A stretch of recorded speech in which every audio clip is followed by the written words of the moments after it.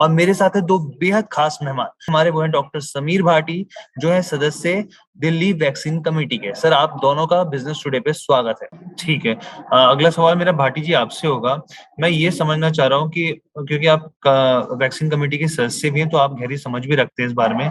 मुझे ये बताइए कि जैसे अब वैक्सीनेशन की शुरुआत होगी तो पेरेंट्स के मन में ये सवाल जरूर होगा कि जो ये वैक्सीन बच्चों को लगेगी जो बड़ों को लगी वो बिल्कुल वैसे ही है, या फिर उसका अपग्रेडेड वर्जन है, या टोटली इससे बिल्कुल डिफरेंट है। हाँ, बिल्कुल बिल्कुल। देखिए, इस तरह के सवाल कल से ही आने शुरू हो गए थे जैसे ही पता लगा कि डीसीजीआई ने फाइनल अप्रूवल। अब इसमें हमें 3 वैक्सीन को देखना है। एक हम बात कर रहे हैं कोवैक्सीन की, जैसे डॉक्टर साहब ने भी बताया है। तो देखिए, कोवैक्सीन ऑलरेडी वही वैक्सीन है, ऐसा कुछ नहीं है कि कोई नई वैक्सीन आई है। कोवैक्सीन पे जैसे सर ने भी बताया, उस पर ऑलरेडी हमारे ट्रायल्स चल रहे थे और वो 2 साल से ऊपर के बच्चों पे भी ट्रायल चल रहे थे, फेज 2 फेज 3 का डेटा। तो कोवैक्सीन का ऑलरेडी लाइव डेटा भी हम लोगों के पास अवेलेबल है ही। जिस तरह पे पहले अडल्ट में वैक्सीनेशन वो ड्राइव शुरू हुई थी, उसके बाद हमारे 15 से 18 साल के बच्चों में शुरू हुई। हालांकि वो वैक्सीन 12 से ऊपर वाले बच्चों के लिए ऑलरेडी अप्रूव हो गई थी, पर रोल आउट 15 से 18 साल की, तो वो काफी सेफ भी देखी गई है और एफिकेशियस भी देखी गई है, और छोटे बच्चों में उसकी सेफ्टी और भी अधिक पाई गई है। तो मतलब पूरी तरह से सुरक्षित वैक्सीन है और उसको आराम से इजीली इंप्लीमेंट किया जा सकता है। कोई डोजेज में परिवर्तन नहीं है, मतलब जो गैप है डोज का, वही जिस तरह से अडल्ट में हम दे रहे हैं 0 and 28 days, उसी तरह से वो सब रहेगा। हाँ, रोल आउट के लिए एक बार इसमें अभी कुछ कुछ चीजें लॉजिस्टिकली एक बार देखना पड़ेगा, क्योंकि वैक्सीन के जो प्राइस है, हमने स्पेशली अभी मैं कोवैक्सीन के लिए बात कर रहा हूँ, वो रिवाइज किए थे। पहले जो प्राइवेट सेंटर्स में थे वो हम उसका चार्ज डिफरेंट कर रहे थे, फिर उसके बाद जब से प्रिकॉशन डोज शुरू हुई है तब से उसके रेट में बदलाव हुआ है। तो वो सब एक बार फाइनल एसओपी और दिशा निर्देश आने हैं, ताकि वो बच्चों के लिए फाइनली रोल आउट हो जाए 6 साल से अधिक उम्र वाले। इसके अलावा जो हमारी कोर्बीवैक्स वैक्सीन है, एक कोर्बीवैक्स वैक्सीन हमारी रोल आउट हुई थी 12 से लेकर 14 साल के बच्चों के लिए, जो ऑलरेडी अभी सिर्फ उसकी अनुमति सरकारी अस्पतालों को ही दी गई थी और वो वहीं पर ही लग रही थी। कोवैक्सीन की अभी डोज हमारे पास 10 करोड़ के करीब अवेलेबल थी, जिसमें से 3 करोड़ के करीब यूटिलाइज हो गई, तो वो भी डोजेज अवेलेबल है, मतलब आराम से इजीली इंप्लीमेंट हो सकती है। उसको जिस तरह से अभी 5 साल से अधिक उम्र के बच्चे हैं उनके लिए उसको रोल आउट कर दिया गया है। और आपकी जाइकोव डी थी, जो कि निडललेस वैक्सीन है, हाँ, जिसके लिए भी नीडलेस। पेरेंट्स को हाँ काफी ज्यादा इंक्वायरी जिसके लिए कर रहे थे, वो वैक्सीन भी ऑलरेडी अप्रूव्ड थी।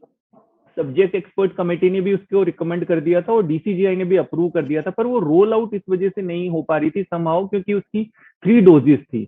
बाकी उसका 2 डोजेस के बाद भी उस तरह की उसकी एफिकेसी पाई गई है जो सेटिस्फैक्ट्री है।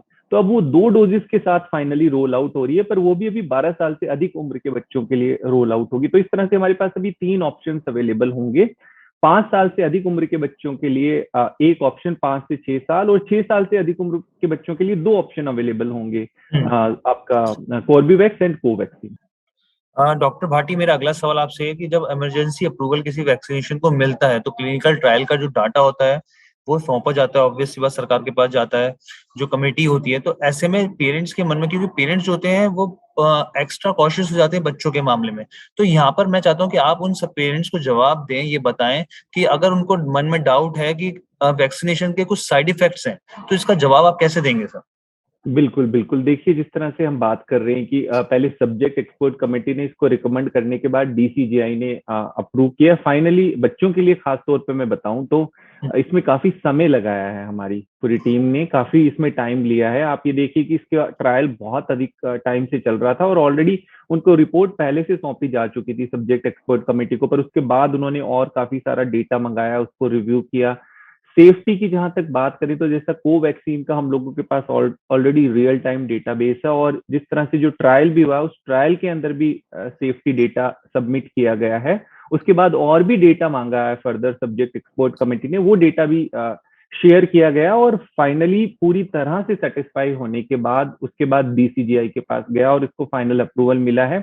बाकी कोर्बीवैक्स की बात करें तो कोर्बीवैक्स जो है हमारी वैक्सीन सब प्रोटीन वाली, वो उस प्लेटफॉर्म पे ऑलरेडी पहले भी काफी सारी वैक्सीन निर्मित हो चुकी है, तो वो पूरी तरह से सुरक्षित और सेफ वैक्सीन है।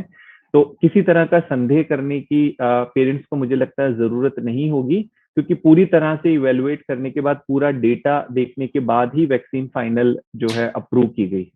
ठीक है डॉक्टर साहब, मैं यही सवाल था आपसे भी, आपने बता दिया कि कैसे इम्यूनिटी को आप बूस्ट अप कर सकते हैं। अच्छा, मेरा आखिरी सवाल डॉक्टर भाटी आपसे है, जिस तरह से पीछे जब वैक्सीन आई थी तो एक तरीके से बहस छिड़ गई थी, लोग मुझसे भी पूछते थे और बहुत सारे डॉक्टर से के पास भी उनके पास ये सवाल आता था कि कोविडशील्ड ज्यादा अच्छी है या कोवैक्सीन ज्यादा अच्छी है। तो वैसे ही मैं आपसे भी ये सवाल पूछना चाह रहा हूँ कि अगर कोई पेरेंट्स, क्योंकि इस तरह के पेरेंट्स हम लोगों ने मुझसे भी सवाल पूछा कि अगर 6 साल का बच्चा है और वो कार्बोवैक्स या फिर कोवैक्सीन में से अगर किसी को चुनना हो तो किसे चुने, तो आप इस सवाल का जवाब देंगे सर? हाँ बिल्कुल, देखिए इस चीज में मैं एक बात बताना चाहूंगा कि दोनों ही वैक्सीन, या इनफैक्ट हम जाइको की भी बात करें क्योंकि 12 के बाद भी 2 ऑप्शन अवेलेबल रहेंगे, तो उसमें भी इस तरह का क्वेश्चन रहेगा पेरेंट्स का। दोनों ही वैक्सीन का जिस तरह से जो हमारे मापदंड होते हैं, जो हमारे स्टैंडर्ड होते हैं, उनके अकॉर्डिंगली दोनों ही वैक्सीन एफिकेशियस है। उनकी एफिकेसी जिस तरह से होनी चाहिए वो एफिकेसी है। दोनों ही वैक्सीन पूर्ण तरह से सेफ है। जहां पर जिसको जो वैक्सीन अवेलेबल हो वो वही वैक्सीन लगवा ले, तो इसमें बहुत ज्यादा उनको सोचने की जरूरत नहीं है। बिल्कुल निश्चित होकर दोनों वैक्सीन में से जो भी उपलब्ध हो रही है वो लगवा ले।